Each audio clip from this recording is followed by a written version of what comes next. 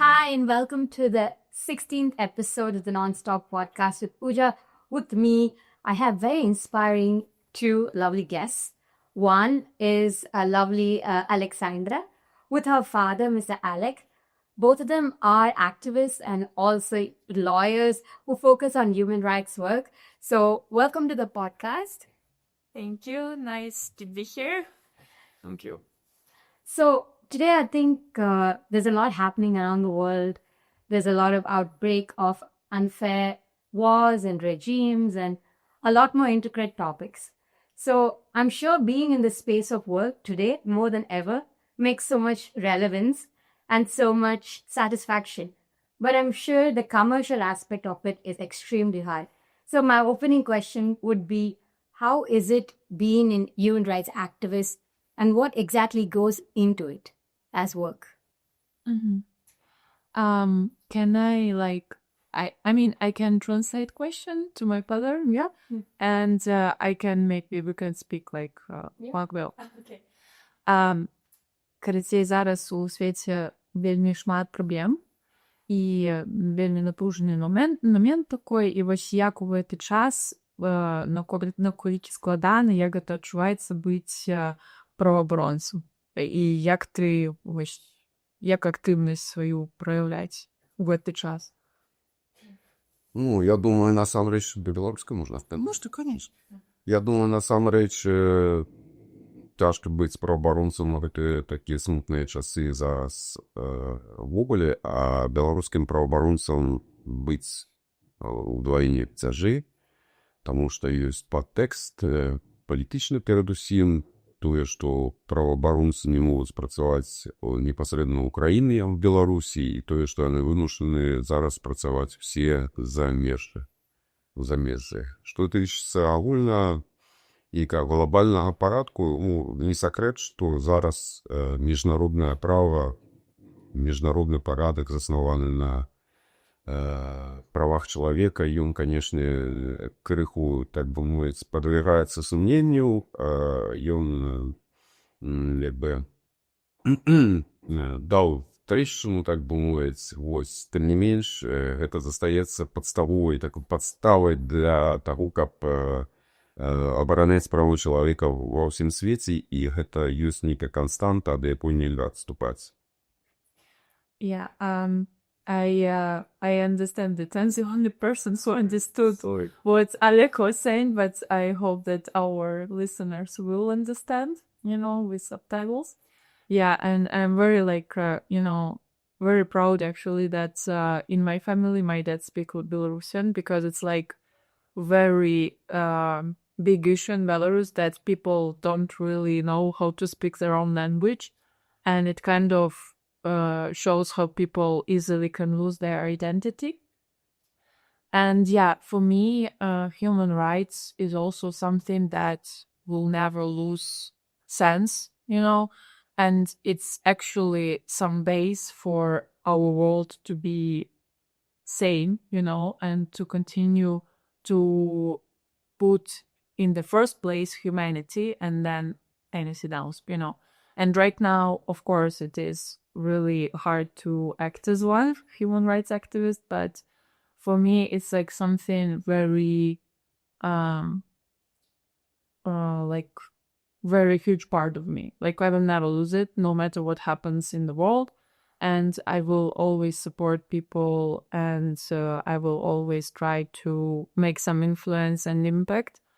And as my dad said, it is really hard to be human rights activist, but it is even harder to be Belarusian human rights activist, because in Belarus it is hard to do anything right now. You just have to be out of Belarus to do things, and this is what is the most painful thing for us, is that we cannot go to our own country and make impact. Yeah, and I understand, with the word impact, there's a lot of legality behind it. Most of us here on this table are lawyers and full-time practicing lawyers, and law only works when there's enforcement. Yeah. And in Belarus, as I understand, the country is signatories to several international conventions and also, part of institutions that recognize the value of international human rights and also human rights law. And I, like many others, came across several political news where Belarusians have been imprisoned, have been, protesting against several unfair regimes, like it is in the rest of the world. There is something that we're always unhappy about, but the level of aggression with the protest comes as a cost of imprisoning people directly. So are laws rewritten even though you're signatories to this human rights convention? How do you see the enforcement as a young person from Belarus? And then we can take your dad's. Yeah. Well, law is a tricky, topic, in general. Like, you can write a lot of laws. You can talk a lot about how good it's on paper, but in life, it is very important for people to know that they are accountable for their actions. What happened in Belarus is that government kind of created a system in which everyone who broke the law was not accountable for this, So that's what gave them power and authority, to behave against law. Because when you are not afraid of punishment, how would you be motivated, or how would you be stimulated, to act by law? I don't think it's possible. So, yeah, in Belarus, one of the problems is that the regime created the system in which law just cannot exist. It can be on paper, it can be, you can speak about it all the time, but in reality, it's harsh. And I will then pass the word to my dad. Мы говорим про право, і што Беларусь, яна падпісанка многіх, шматлікіх канвенцый, але у жыцці, як, і ў свеце такое адбываецца, што людзі проста супраць гэтых канвенцый ідуць, але ў Беларусі гэта прама, зараз вельмі бачна, што не паважаюць увогуле гэтай канвенцыі. Вось што трэба увогуле рабіць, каб такога пазбегнуць і каб паважаць права пачалі людзі. Тым ліку Беларусі. Это правда, насамрэч, Беларусь вельмі выбарліва так ставіцца да сваіх міжнародных нейкіх абавязкаў. І тыя канвенцыі, я б не сказаў, што іх шмат, которые яна падпісала, міжнародныя, але заўважна, што яна падпісвае толькі тыя канвенцыі зараз. Мне падаецца, пасля прыходу Лукашэнкі да ўлады яна падпісала 2 ці 3 канвенцыі всего. Основная конвенция, которую подписала Беларусь, это было якраз да прыходу Лукашэнкі да ўлады, пачатак 90-х гадоў. У тым ліку міжнародны пакт о грамадзянскіх палітычных правах, і у тым ліку факультатыўны протокол да этого міжнародного пакту. Вось зараз літаральна 2 гады таму, у лютым 23-го года, Беларусь выйшла з факультатыўнага протокола да міжнародного пакту, і зараз грамадзяне Беларусі згубілі магчымасць звяртацца з індывідуальнымі паведамленнямі ў камітэт па правах чалавека. Беларусь таксама з'яўляецца падпісанкай іншых канвенцый. Скажем, яна в 2012 годзе, здаецца, падпісала канвенцыю аб інвалідах, але, тым не менш, падпісаўшы гэтую канвенцыю, яна не падпісала протокол да гэтай канвенцыі, таму што улады Рэспублікі Беларусь, яны просто баяцца, што людзі пачнуць звяртацца ў камітэт па правах людзей з інваліднасцю, са скаргамі, таму што Беларусь, падпісаўшы гэту канвенцыю, фактычна не збіралась выконваць свае абавязаліцтвы. І так шмат у якіх насамрэч міжнародных умов. Што рабіць, я не магу сказаць, нема простых адказаў на такія складаныя пытанні. Я думаю, што проста міжнародная супольнасць, тыя краіны, якія паважаюць міжнароднае права, павінны працягваць ціск на Рэспубліку Беларусь з тым, каб прымусіць все ж такі ўрад Беларусі выконваць свае абавязкі. Yeah.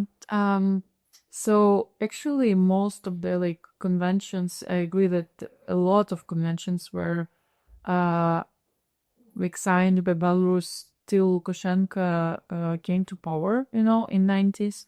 But actually, Belarus doesn't have so many conventions signed, if you think about it. And as an example, I also agree that around 2 years ago, as I told you, I think earlier, Belarus came out of additional protocol to the Pact of Civil and Political Rights. And now people just cannot enact their rights. They have rights in this pact, but they cannot turn to Committee of Human Rights, and they cannot just basically enforce the rights that are written in this pact. So, and a lot happens with other conventions like this. And that shows that the government is just afraid to give people opportunity to enforce their rights, to complain on that their rights are violated. And also, I also agree, with my father, that the most important right now is for international community and for other democratic countries not to forget that Belarus is in such a dangerous place with human rights, and the pressure on Lukashenko should continue, by all the ways possible, because otherwise we're going to end up again, trading with Lukashenko, and Belarus is going to stay prison for people. So if we forget that what's happening there. And I think now it's a point in time that I can ask this question where what do you think are some of the more prominent human rights violation which has not been granted to women in Belarus? What do you think? Do they sacrifice? Or is it more like on the paper they have these rights and in reality that they do not even have basic hygiene or basic freedom of speech? How do you think it's curtailed with women and children specifically? Yeah, I think it's a good question to translate straightforward to my dad. Яна пытаецца пра жанчын і пра дзяцей, і вось што тычыцца іх правоў, што найбольш такое вось не соблюдаецца ў краіне. Вось што, ад чаго яны больш за ўсё кукутаюць? Па-першае, калі сказаць агулам пра жанчын і дзяцей як асобныя групы, то Беларусь з'яўляецца падпісанкай, канвенцыі аб ліквідацыі дыскрымінацыі ў адносінах да жанчын і нават факультатыўнага пратакола да яе, таму зараз у беларусах застаецца магчымасць звяртацца ў камітэт па ліквідацыі дыскрымінацыі ў адносінах да жанчын. Беларусь з'яўляецца таксама падпісанкай камітэта па правах дзіцяці, канвенцыі, па правах дзіцяці, але не мае права туды звяртацца. Там, па-мойму, нават не выпрацоўаны механізм, калі я не памыляюсь. Тым не менш, калі сказаць пра парушэнне, асноўнае парушэнне, то я думаю, што Беларусі ёсць, па-першае, дыскрымінацыйныя падыходы ў адносінах да жанчын, і гэта заўважна па таму, як жанчыны, якое месца жанчыны займаюцца болей у грамадстве і ва ўладзе. Калі прылічыць статыстыку, скажам, то за ўвесь час, я літаральна учора прачытаў, за ўвесь час кіравання Лукашэнкі віцэ-прэм'ерам, гэта значыць намеснікам прэм'ерам, не проста прэм'ерам, а віцэ-прэм'ерам было 2 разы толькі жанчына, вельмі кароткі перыяд, 2 жанчыны, вельмі кароткі перыяд. То бок вярхушка ўлады гэта чыста мужчынская такая прерагатыва, і сам Лукашенко кажа аб тым, што жанчыну не месца, скажем, на пасадзе прэзідэнта. І гэта такія дыскрымінацыйныя падыходы, якія публічваюцца, адпаведна прыніжаюць жанчын. Што тычыцца дзяцей, то тут парушэнні тыя самыя, што ў адносінах да ўсіх астатніх, гэта немагчымасць выказаць сваё меркаванне. Гэта прымус, прымусам пранізана вся сістэма адукацыі ў Рэспубліцы Беларусь. детей примушают там вступать в шероги этих организаций молодежных, начинаючи там з октябрятов так званих і заканчуючи комсомолу. Ось, примушають працювати примусово на державу, це пишеться, скажімо, проведення суботників ніяких, збору макулатури і так далі. Regarding women in our country, I would say in communities there is this narrative which is coming straight from the government, that women should not be in some high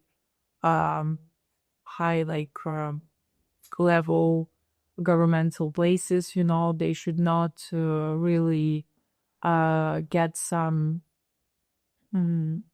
positions. Yes, even like Lukashenko, he is saying himself, like, our constitution is not written for women in power, and it sounds really funny and absurd, but if you think about it, if the president has such narrative, it goes through the country and through people, they listen to it, like even younger girls, they really start to think that only men can decide what is right, what is wrong, and for children, as I was a child in Belarus, and they went through all this school system. Thank God, not university. I'm really thankful that my dad made me, not made me, but gave me opportunity to, get my education outside of Belarus, because even at school, I felt this high pressure from administration about expressing myself, about how we should do things, even like very small aspects of life, like getting some performance for our graduation. I remember that I was asked by some school administration to speak to me because I wanted to do something, which was not seen by them as appropriate, but it was just like very funny to hear from them that I was, in their eyes, I was some kind of rebel, something. And for children, of course, they are raised in these tough conditions, I would say, especially now when they try to make children think as they want them to think, like government is the best, you should stay in your country, you should not move abroad, even I know that even if when I was in school, when we were graduating, they asked for the list of universities that we were going to apply, and they really didn't want to see that some people wanted to go abroad, so I used to hide this from them. So I said that, I'm going to study in Belarus, but I couldn't say the truth, because I would have problems. Maybe they wouldn't allow me to graduate from my school, So that's reality. Yeah, and like, what are some of the work that you as a father, daughter do, and I'm sure your father more concretely are doing in the wellness of human rights and for women? What were some of the repercussions that your father specifically has gone through? Is it as intense or as heinous as getting a prison statement or threats like on such levels if you indulge in these activities? But what are generally the voice that you give across for people? Which sector do you think is the most vulnerable? And what exactly are you focusing on in terms of your activism at the moment?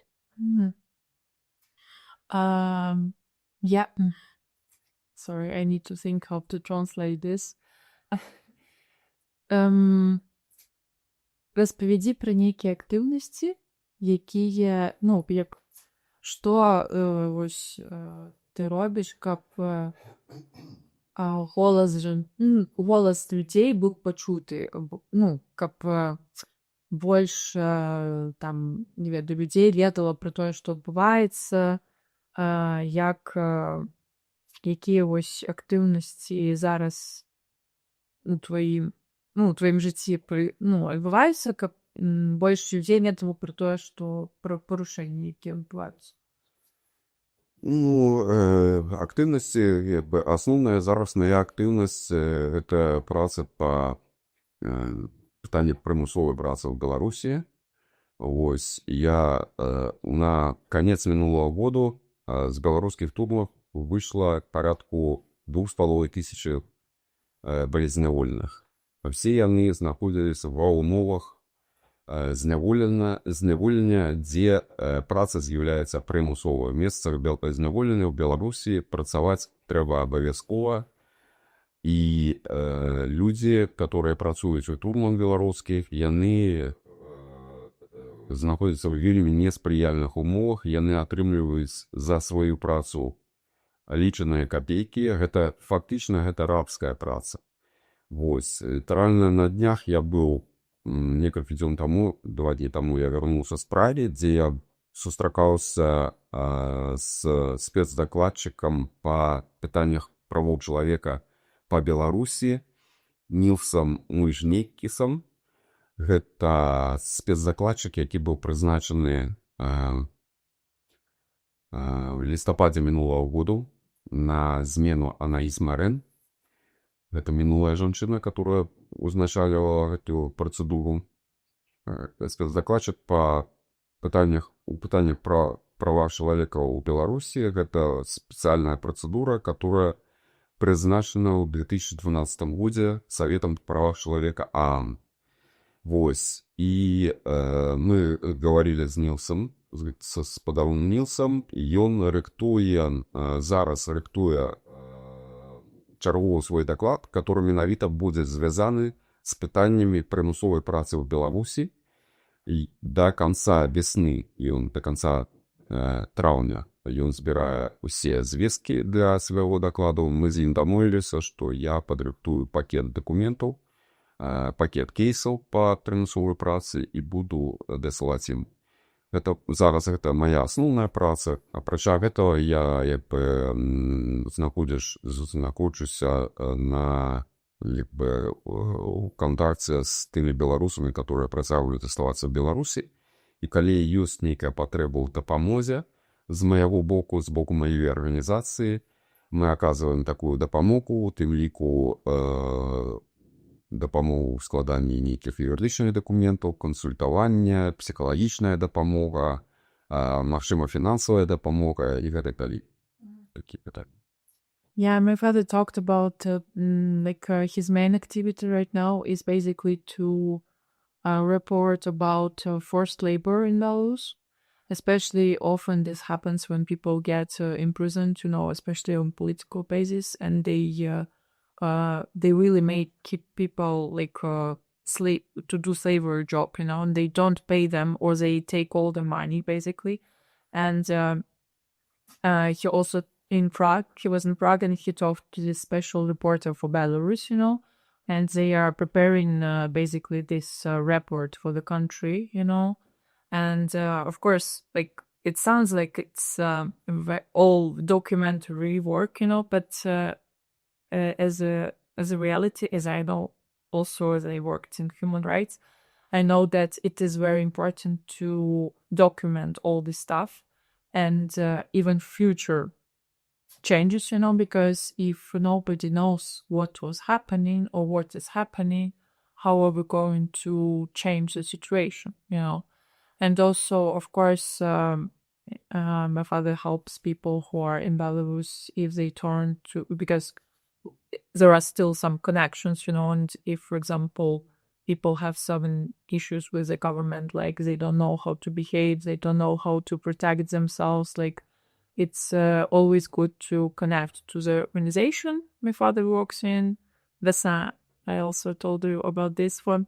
And they usually try to help people with some information, with how to draft some claims, Of course, it's not always efficient, or it's not always very helpful, but at least that's what we can do right now, And also from my experience, I still get some bad news every month from my friends that someone from my town, from just in general from Belarus, going to take, or for example on the border, then I can help them to maybe tell how to track people, because like not all people know how to do that, because people are just feel lost when someone is detained, arrested, so I can, for example, ask my father, like, this person was detained, blah blah, like, can we do something, can we help find him in, like, or her, like, in which prison they are, and all this stuff. And what about me, like, about my activity, I would say that I don't have some official activity right now, because I used to work in human rights organization, but it was very mentally hard for me, I would say. I worked with people mostly on political dismissals, but I still worked with some people who were held in torturous conditions in Belarus, and it influenced me a lot. So I would say I am not going to get back into this, but I'm trying to keep my voice loud. I'm here today because it still matters for me, I'm here today because I want to talk about this. And with Lithuanian people, I always try to get this topic talked through, because even though in Lithuania people know better than in other countries how Belarusians suffer, they're still not so not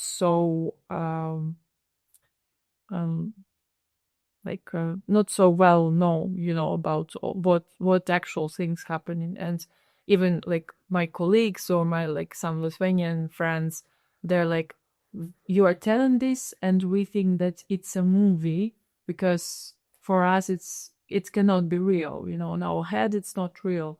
And I remember a year ago my friend, he now lives in Lithuania, so he went to Belarus for his mom's birthday, and he got arrested for 15 days just because he filmed some he filmed some video in the tube about some political, like, activities. Like, he just filmed something, it doesn't really matter. He was arrested, and I was so close again to this, like, disaster, like, I'm here, but I feel that Belarus is still on fire, like, people there are just always under threat, so no matter where I am, it will always follow me, basically. Yeah. Sorry, я еще хотел бы сказать один момент. Еще одна активность, которой мы занимаемся, это вызволение політичних зняволеных. І хоча це не зовсім правоохоронна праця, це ще й політична праця, але тим не менш у місцях зняволення в Білорусі зараз прикладно каля 1300 політичних зняволеных. І це не повныя лічбы, тому що мы не ведаем поўных лічбаў у сілу аб'ектыўных прычынаў. Сярод гэтых 1300 чалавек, 5 чалавек праваабаронцаў, якія з вясны, нашы калегі. У тым ліку я хочу, каб як мага больш людзей ведала аб этом. У тым ліку старшыня нашай арганізацыі Алесь Беляцкі, который з'яўляецца Нобелевскім лаўрэатам прэміі міру 2022 году. І гэта другі чалавек за ўсю гісторыю Еўропы, который сядзіць у турме, атрымаўшы Нобеля. Первый человек – это немец Карл фон Осецкий, который сел в турму, атрымаўшы Нобеля при Гитлере, при нацистском режиме и помер у турме в 1938 году. И мы не хотим, каб гэты ж самы лёс напаткаў Алеся Беляцкага, который, як и при нацистском режиме, в сярэдзіне стагоддзя, зараз при режиме Лукашенко фактично гніе ў турме, губляе здароўе і, магчыма, сваё жыццё. Yeah. I just, it's very real. Like, I also told you about Ales Bilaski, who is basically like the founder of Vesna, And what my father is saying, that he's basically the second person in history who got Nobel Prize and sits in prison for political reasons. Because the first person, sorry, I don't remember his name, but my father said about it. The first person who was also held the Nobel Prize and was in prison was in the times of Hitler regime in Germany, and that person died in prison. And what my father and his colleagues don't want to repeat this fate for Ales Bielatsky. So they're doing everything to try and release people, especially people who worked for Vesna, because their fate is right now totally in the hands of Lukashenko, and he can basically do whatever he wants. Mm-hmm. Yeah, so we've mentioned the organization that your father works for, which is the Visna, which is called Spring in Belarusian. And yes, so for the viewers or someone who's listening, that's where your father works and where he conducts all this good work that he's doing. I have a couple of quick questions for you, because we've gone into really lengthy and very, insightful answers.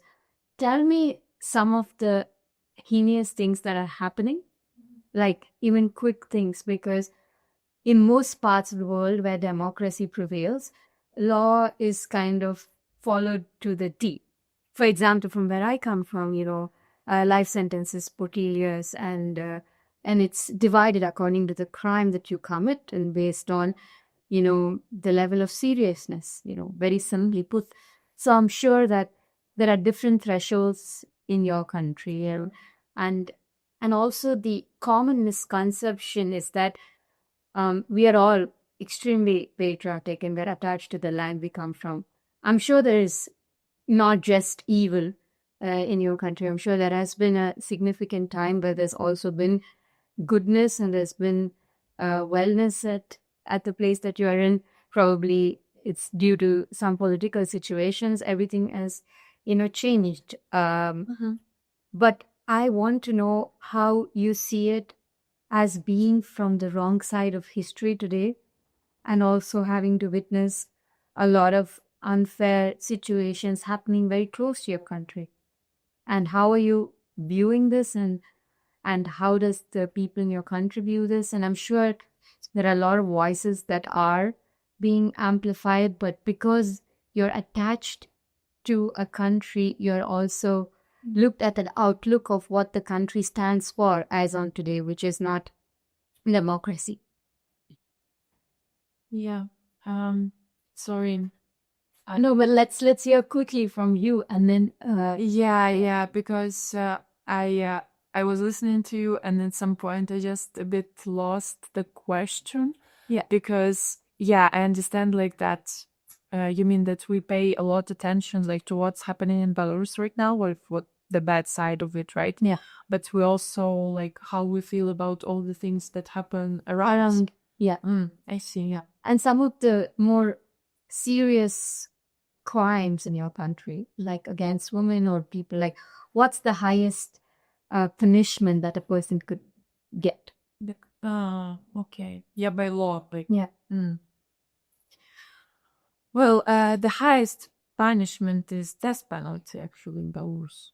And what actually Vesna and human rights defenders do, they try to stop this from happening. Like they try to eliminate death penalty, because death penalty always leads to opportunity to be mistaken. The court mistake is like always in place. For example, even in USA, there is some statistics when they the court prosecutes someone and they punish with death penalty, and then in 10 or 12, 20 years, there is news that this was a mistake, So in Belarus, of course, we're trying to eliminate this, but I'm not sure about other punishments, because basically, no matter what is written in law, they can prosecute you in different ways, especially when it's tied to political context. And where does it come from? Is there a constitution that allows the president, for example, to do that? Or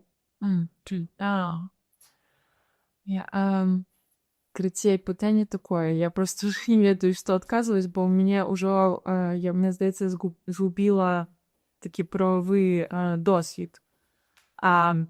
Які у нас ёсць наказанні, які вось самыя жорсткія, да, у Прада, і як яны, хто дазваляе іх, хто дазваляе іх, права, прэзідэнт, дзе это прыпісана, вось, якія наказанні самыя жорсткія і за якія дзень у нас. Пачнем з таго, што ў Беларусі прысутнічае смяротнае пакаранне.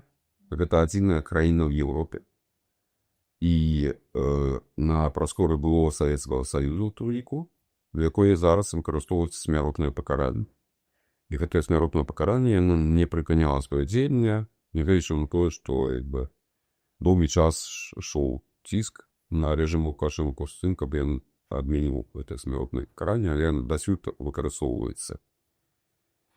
Апрача і шмат людзей насамрэч, конечно, не ў такіх маштабах, як, скажем, у Іране, дзе там караюць смяротным пакараннем у год, там я чытаў статыстыка, там жахлівая нейкая, там тысячамі. У Беларусі, конечно, такого няма, там за ўвесь час, скажем, режима Лукашенко было пакарана не больш 100 чалавек, здаецца. Тым не менш, это людзі, которые працягваюць паміраць, скажем так, волей дзяржавы. Апрача гэтага, у Беларусі досыць жорсткае экстрэмісцкае заканадаўства і заканадаўства, якое рэгулюе барацьбу з тэрарызмам. І трэба адзначыць, што насамрэч гэтае заканадаўства выкарыстоўваецца рэжымам Лукашэнкі для расправы з палітычнымі апанентамі. У адрозненне ад краін цывілізаваных, ад краін Еўропы, дзе гэтае заканадаўства накіравана на людзей, которые з'яўляюцца насамрэч злачынцамі, которые тэрарысты, которые там несуць нейкія экстрэмісцкія пасылы. Вось. У Беларусі гэта накіравана супраць людзей, которые абараняюць свае грамадзянскія палітычныя правы. І па гэтых артыкулах насамрэч людзі караюцца зняволены на вельмі вялікія тэрміны. Вось зараз у Беларусі сядзяць шэраг палітычных заключоных, которые пакараны на тэрміны там 15-18 гадоў. І гэта па так званых экстрэмісцкіх артыкулах, але насамрэч гэта за тое, што людзі проста выйшлі з мірным пратэстам і хацелі змяніць гэтую ўладу. We have a lot of punishments in law which are prescribed for terrorist or extremist activities, but what the government does, it uses it against normal people who just are activists, basically. Yeah, I think that makes a lot of sense. And with that, we have also come to the very end of the podcast. And this has been a very interesting podcast, but it's also been very tense. And we asked the guests, what is that one book and movie that changed their life? Very briefly, if you could tell us, and you could share with your Dennis one. Yeah. Зараз про книгу і фільм. Може, ти почнеш? Я мог почати. Я на то не розшарую, але я не скажу, что у меня есть некие фильмы альбо книги, которые там, скажем так, кардинально повпливали. Мне было звичайне советское дзяцінства и звичайные советские книжки. Так, я памятаю этой книжки, когда я вельмі любил читать. Я памятаю этой романы, скажем, там,